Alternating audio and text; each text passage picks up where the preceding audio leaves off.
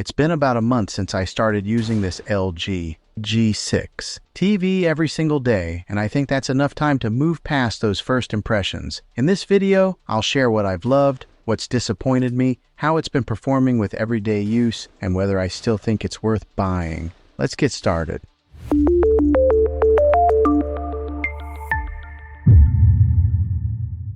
Well, hey guys, Juan here. Thanks for stopping by my channel and checking out this video. So if you're watching this, I imagine you're in the market to buy this TV here, or maybe you have purchased it and you're looking to get some of the specifics on it. Well, after owning this thing for one whole month, I'm going to give you my review on this and give you the ins and outs of it, and if I think that this has been a pretty good TV after using it for a month, because I think that usually takes about that much time to really use a product to tell if it's going to be good or not. So let's go ahead and dive into some of the review portion of this, and then toward the end of the video, I'll give you my final analysis on if it's worth it after using it for a month. All right, so first off, it does have that UHD quality that's on the screen here. Right now, I just got like a picture that came on the display here, which is a really cool picture, by the way. But it does have the ultra high definition, and if you're gonna buy a TV, make sure you get one that is a UHD TV. I think a lot of the TVs that are coming out nowadays, that's kind of a standard, but make sure that you're looking for that specific name set, UHD TV. I think just because you're a future-proof yourself if you do buy a TV like that. It does have that 4K quality, that quantum 4K processor core that's inside this thing, which makes it really good whenever you are switching from maybe an app to opening up an app. With that quantum core processor that is built into this TV, it makes it pretty quick to pull up any kind of movie or anything that you're looking to watch. So let's go ahead and pull up one of the menus here. And LG does have a pretty fluid menu bar that comes up from the bottom here. And when you first get this TV, it does come pre-installed with all your major apps that you probably use. So it does come with Netflix, your Prime Video, Disney, Hulu, Sling, YouTube, Apple TV. Those are already preloaded in there. Now, when I say preloaded, they're on there, but you do have to download each one, but you download it one time.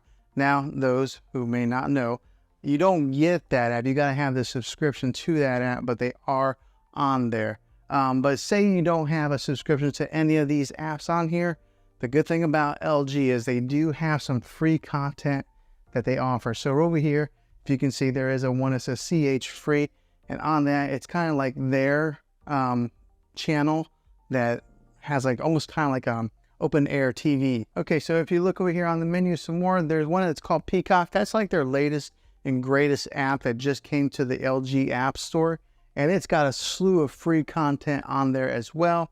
It's got the Google Play Store if you are into that family there of the Google apps. It does have Vudu, Showtime, Stars, Redbox. Remember, we used to have to go buy or rent a DVD and then return to the Redbox store. Well, now you can just rent them right here on the app. It's got the CBS All Access, Spotify, so if you do want to listen to any type of music, you can do that right here on the TV. And then it's got YouTube TV if you're into that, and then also just the regular YouTube app below it. So it has pretty much all your major apps that you're probably looking to consume any type of media on. Now, one that it is missing is the Spectrum TV app, which for myself, that's how I watch regular TV. Unfortunately, Spectrum did sign a deal with Roku and Samsung, so their app only goes on those two platforms. So you can't get the Spectrum TV app on here, but I think that there's a whole slew of other options, and if you're looking to get any kind of like live TV media consumption. Now, after testing this TV out for a little bit of time, the one thing that really caught me by surprise is how loud it is. A lot of times I only have to listen to this thing. Right here's the volume button, but I usually pull it up to about 18 is where I'm comfortable at listening to it. And I do have kind of a longer room here. 18 is plenty loud for me. So therefore I don't really need a sound bar with this TV. That's just an additional expense. If you're wanting to save a few dollars, I think you'll be okay with that, because a lot of these TVs, the sound is just terrible. But with this one here, it performed pretty well. Now, if you do want to get some of those booming bass sounds whenever you're watching your action TV or anything like that, then yeah, look at maybe adding a sound bar to enhance your movie watching experience. But if you're just looking to save a few bucks, this TV, the sound in it will do just fine. Now, like I mentioned before earlier in the video, it does have that quantum core processor that helps push that 4K content on this thing, which is great because it gives you that nice, crisp, clear image like this one here that's on the screensaver. That quantum processor helps boost and makes those colors very vibrant and maybe reduces a lot of the noise that would be in an image. Therefore, it does also translate into video watching, giving you that really dynamic color that you're looking for. Also, with that quantum processor core, it upscales the 4K movie watching experience whenever you are watching any type of movies or TV shows that are broadcast in that 4K quality. And with that powerful processor that is built in there, if you are a gamer, it gives you that low input lag. So whenever you're playing any type of games that have a first-person shooter games or anything that's like maybe driving or maybe sports games where the ball's flying through the air, because of that processor, you're going to get better clarity and it's going to be able to interchange with the motion of those games, giving you a very pleasant gaming experience. Now, another good thing with this TV is the thin bezel that is all the way around, making it really nice for your decor, because a lot of your TVs that are coming out nowadays, they try to go as thin as they can on those bezels. This one here does a pretty good job as far as being able to maybe match into your decor. Right now, I just have it sitting on top of a dresser. There are 4 screw holes on the back, so that way you could mount this on the wall if you wanted to. Now, let's talk about the back a little bit more and just talk about the inputs that it does have. Okay, so on the back of this thing, there is a USB input in case you're wanting to hook up any type of media player to it. It does have 3 HDMI inputs with that ARC HDMI in case you're wanting to hook up, one of your game systems like an Xbox or a PlayStation to this. It does have the ARC HDMI input on here also, giving you 2 other HDMI inputs. It does have an Ethernet port in case you're wanting to wire in your internet directly into this. And it does have your RCA jacks with all the color coded. And it does have that old-fashioned coax cable in case you're wanting to hook up an antenna to this thing and watch any live open-air TV. Okay, and just to give you a quick little look at the remote here, this is what is on the remote. It does have a built-in Netflix button. It's got a built-in Prime Video button, and then there's a movies button right here, so that way you can customize it. But it's got all your major settings buttons and everything that you would normally need. And the thing I like about it does have that push button feel versus having maybe a touch screen, kind of like an Apple TV remote. So yeah, this is what the LG remote looks like.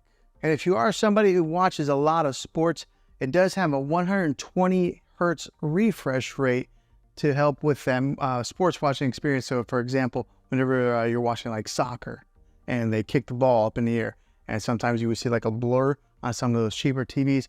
With this one here, because of that refresh rate, it's nice, crisp, and clear as it's going through the air. So if you're into sports watching, this would be a good TV for you. And on the smart end, it works for all your major smart devices. So it works with your Google Assistant, your Amazon Alexa, and Apple HomeKit. I ended up setting off my Alexa device anyway. So it does work really well with all your smart companies.